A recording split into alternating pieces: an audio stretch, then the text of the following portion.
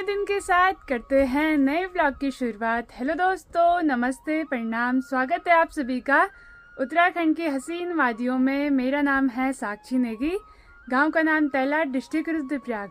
तो दोस्तों आज के जो ब्लॉग की स्टार्टिंग है वो हो रही है 2 बजे से, और ब्लॉग की स्टार्टिंग हो रही है घर के बगल से, क्योंकि मैं छत में चली गई, चौक में चली गई, चारों तरफ कड़क वाली धूप लग रही है आंखों पे, तो इसलिए समझ नहीं आ रहा था कहाँ पे करे।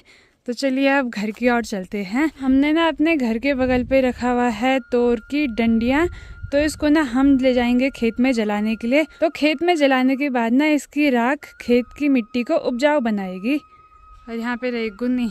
ठीक हमारे सगोड़े की बात की जाए, काफ़ी टाइम पहले हमने यहाँ पे हरी सब्जी बोई थी, पर ये इससे बड़ी होने का नाम ही नहीं ले रही है, और बस यहीं पे हो रखी है। उधर की साइड तो बिल्कुल भी नहीं हो रखी। वो इस कारण क्योंकि जो हमारे घर के आसपास की मिट्टी है ना, वो बिल्कुल भी उपजाऊ नहीं है, तो कितनी भी कोशिश कर ले कुछ लगाने की तो वो होता ही नहीं है।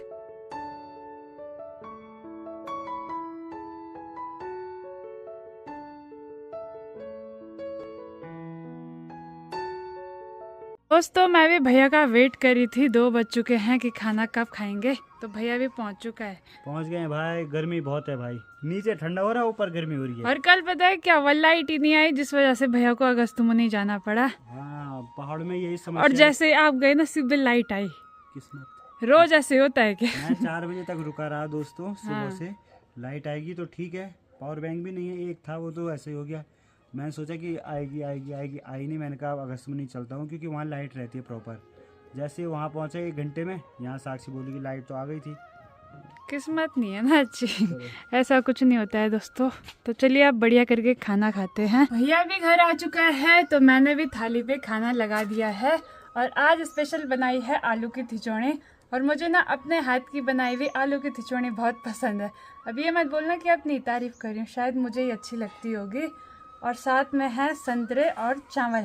अभी बजने वाले हैं शाम के 4, और गौशाला में मैंने यहाँ पे डमरू और सौम्या को भी बाहर पे निकाल दिया है कि आजकल जब से सुनैना गई है ना, तो हमारे चौक में बस यहाँ न्यारी न्यार और घास ही घास दिखाई दे रहा है, क्योंकि ये दोनों तो ज्यादा घास खाते नहीं हैं।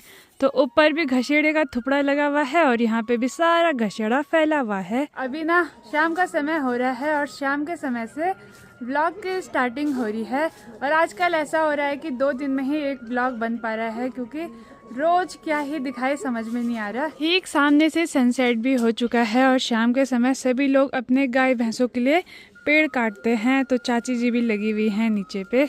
और दोस्तों शाम के समय यहाँ पे बुआरी भी आ रखी है। कैसे हो? बढ़िया बढ़िया। आज बहुत टाइम बाद मेरे ब्लॉग में दिख रहे हो, कहाँ थे गायब? मेरे मुँह बुखार आ रखे थे और घर पे ही थी, यहाँ आने का समय नहीं मिला मेरे को। और आजकल खेत में ज्यादा काम भी नहीं है, तो इसीलिए बुआरी अब कम आ रही है।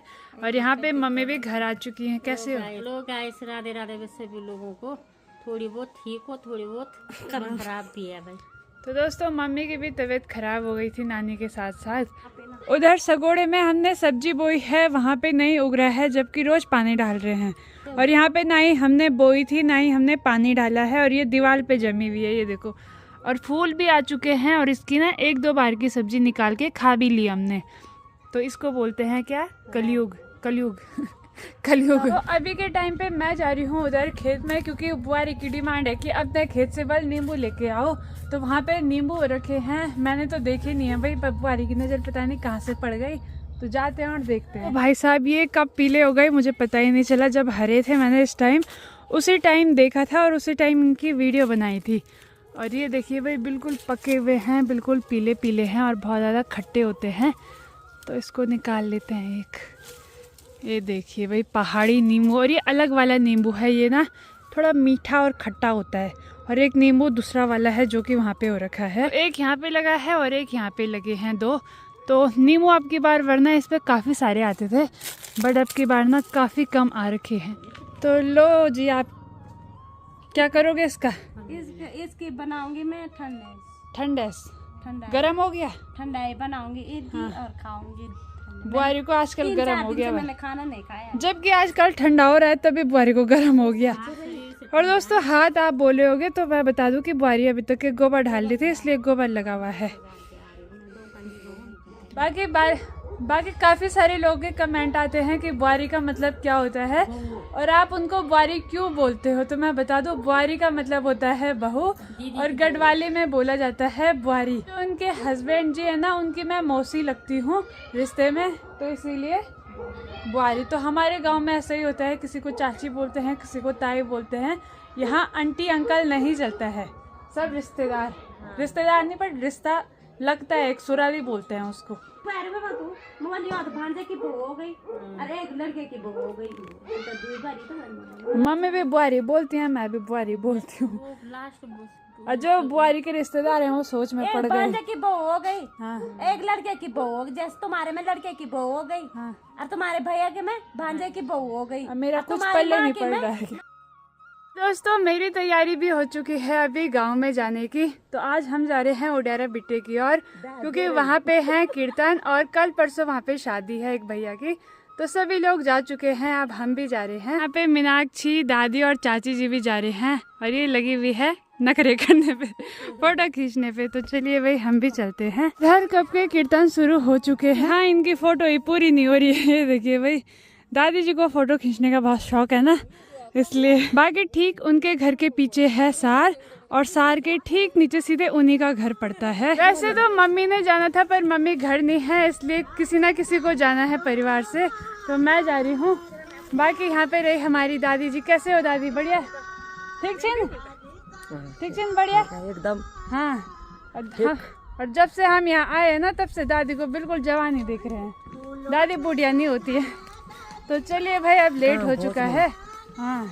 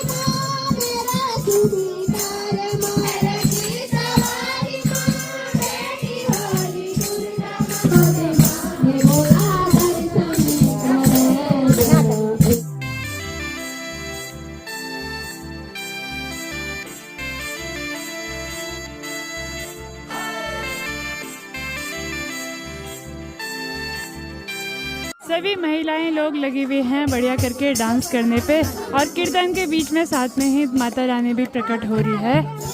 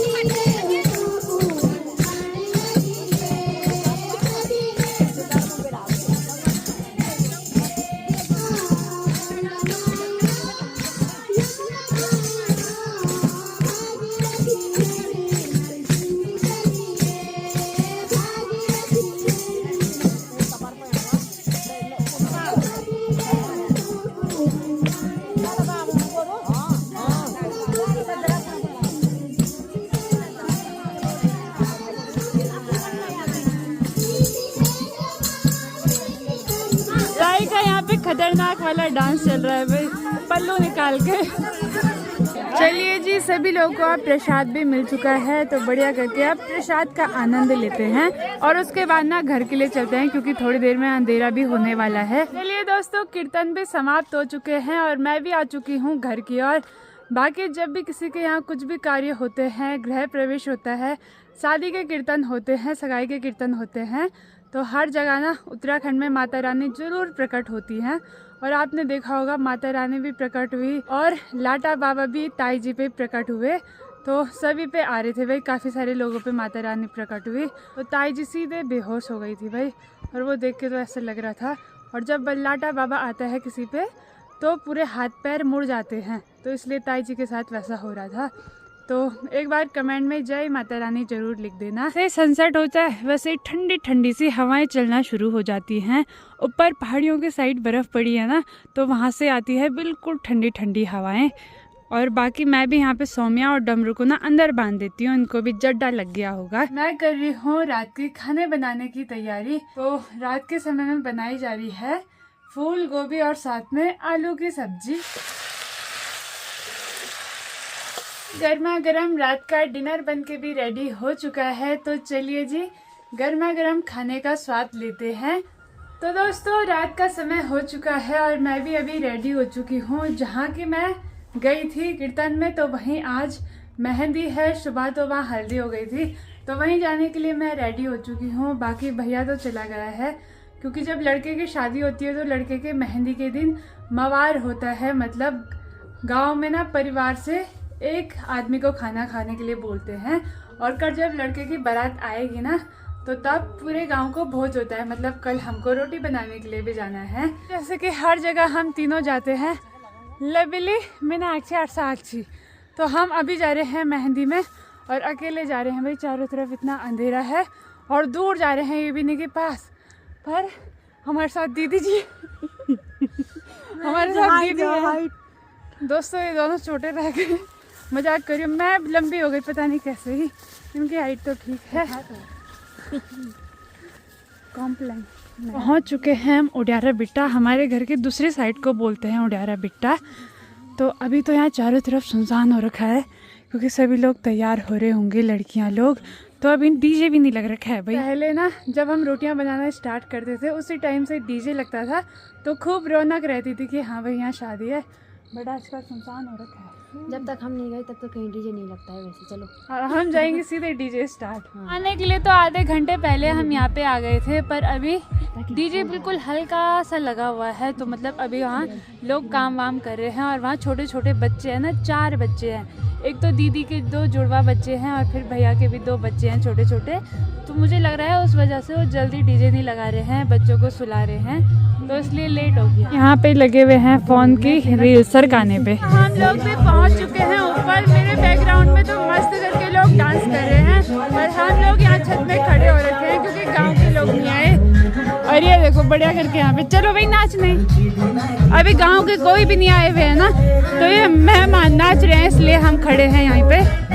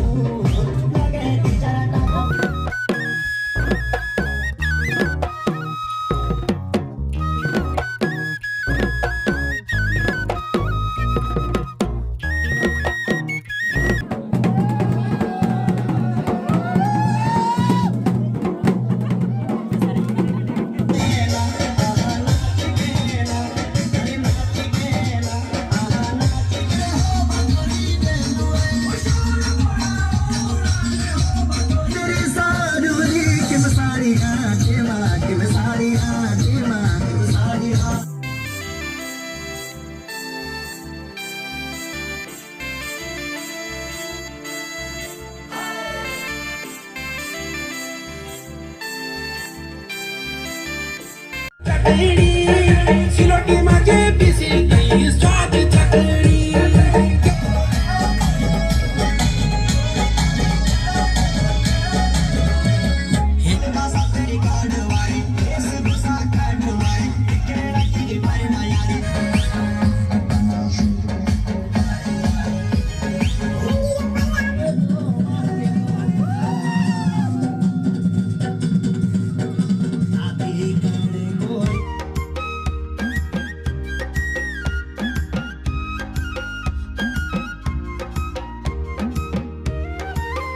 चलिए दोस्तों, रात के समय, रात के ना 11 बज के कुछ मिनट हो चुके हैं। Bye bye, good night. दोस्तों 11 बज के कुछ मिनट हो चुके हैं और मैं घर पे आ चुकी हूँ। जल्दी आने का मन कर रहा था पर कोई आ ही नहीं रहा था, अकेले किसके साथ आना था।